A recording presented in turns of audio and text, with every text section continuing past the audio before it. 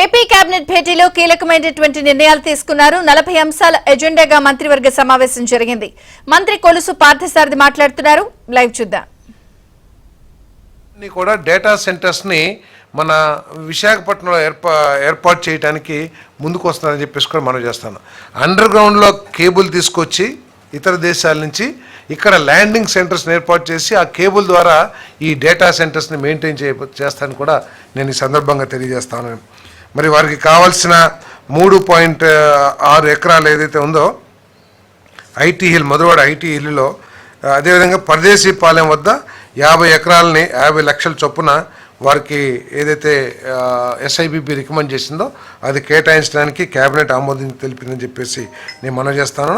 దీని ద్వారా 16,466 కోట్ల పెట్టుబడి కాకుండా 600 నుంచి 1000 ఉద్యోగాలు కూడా క్రియేట్ చేయబడతాయని చెప్పేసి, ఉద్యోగ అవకాశాలు కూడా వస్తాయని చెప్పేసి నేను మనవి చేస్తాను.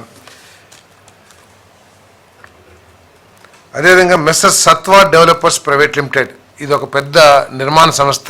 వీరు ఐటీ బిల్డింగ్స్లో ఐటీ సెంటర్స్ని నిర్మాణం చేయడం కానివ్వండి, లేదా పెద్ద పెద్ద కార్పొరేట్ అఫీషియల్ బిల్డింగ్స్ని, కార్పొరేట్ ఆఫీసెస్ పెట్టడానికి సౌకర్యంగా ఉండే బిల్డింగ్స్ కానివ్వండి, ఇటువంటి నిర్మాణంలో చాలా పేరెనికగన్న సంస్థ.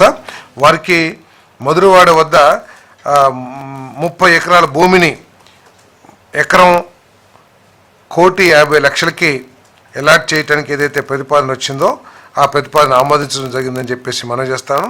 దీని ద్వారా 1,500 కోట్ల ప్రతిపాదిత పెట్టుబడికి ప్రోత్సాహకాలు అందించి తద్వారా 25,000 ఉద్యోగ అవకాశాలని కల్పించడం జరుగుతుందని చెప్పేసి కూడా నేను మనవి చేస్తాను. నేను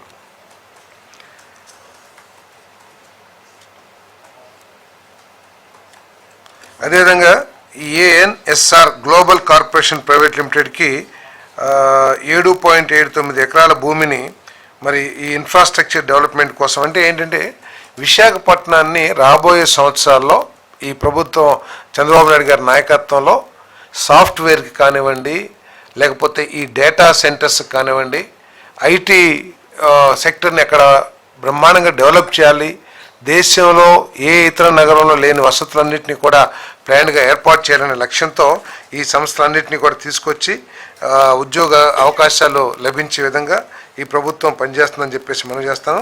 ఈ ANSR global corporation private limited వారు 1000 కోట్లు పెట్టుబడి పెట్టడం జరుగుతుంది. తద్వారా 10,000 ఉద్యోగాలకి అవకాశాలు కూడా లభిస్తాయని చెప్పేసి ఈ సందర్భంగా నేను తెలియజేస్తాను.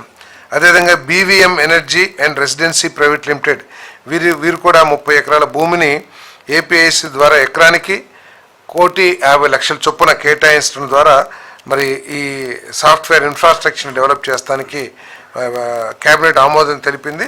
ఈ సంస్థ 1,250 కోట్ల రూపాయల పెట్టుబడులు, తద్వారా 15,000 ఉద్యోగ అవకాశాలు లభిస్తాయని చెప్పేసి కూడా ఈ సందర్భంగా నేను తెలియజేస్తాను. అదేవిధంగా జిఓఎంఎస్ నెంబర్ 10 ఎంఏయుడి డిపార్ట్మెంట్ 18/1/2020 ద్వారా జారీ చేసిన ఆంధ్రప్రదేశ్ అనధికృత లేఅవుట్లు మరియు ప్లాట్ల నియంత్రణ నిబంధనలు 2020లోని సవరణలు చేసినందుకు పురపాలక మరియు పట్టణాభివృద్ధి శాఖ చేసిన ప్రతిపాదనకు రాష్ట్ర మంత్రి మండలి ఆమోదం తెలిపింది.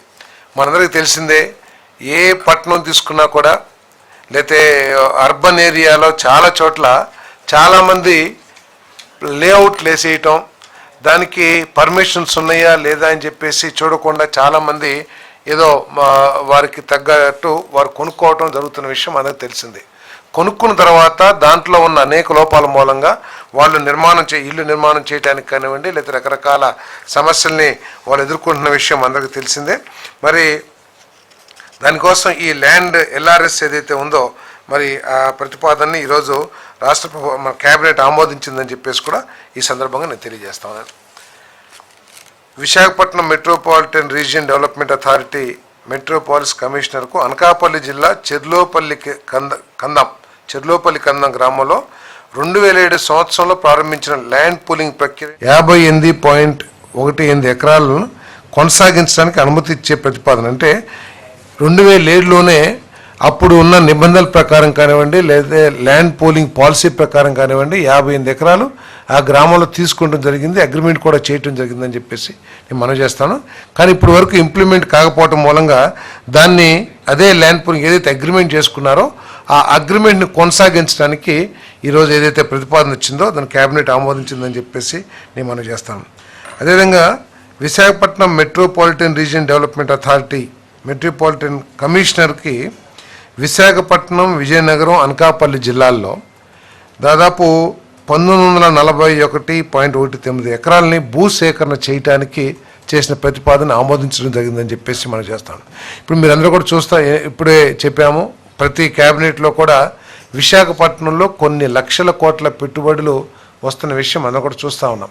సో దీనికోసం ఆ విశాఖపట్నం అర్బన్ ఏరియా ఏదైతే ఉందో దాన్ని తయారు చేయడం కోసం కావాల్సిన ఇన్ఫ్రాస్ట్రక్చర్ కానివ్వండి, ఐటీ సెక్టర్ అభివృద్ధి కోసం ల్యాండ్ బ్యాంక్ ఏర్పాటు చేసుకుని కావాల్సిన రోడ్లు కానివ్వండి, లేకపోతే పవర్ అరేంజ్మెంట్స్ కానివ్వండి, ఈ ఇన్ఫ్రాస్ట్రక్చర్ అంతా కూడా రెడీగా పెట్టుకుంటే రాబోయే ఇన్వెస్టర్స్కి, ఇండస్ట్రియలిస్ట్కి అనుకూలంగా ఉంటుందనే లక్ష్యంతో మరి 1941.19 ఎకరాలు భూసేకరణకు ఏదైతే ప్రతిపాదన చేశారో దాన్ని ఆమోదించడం జరిగిందని చెప్పేసి మనం చేస్తాము.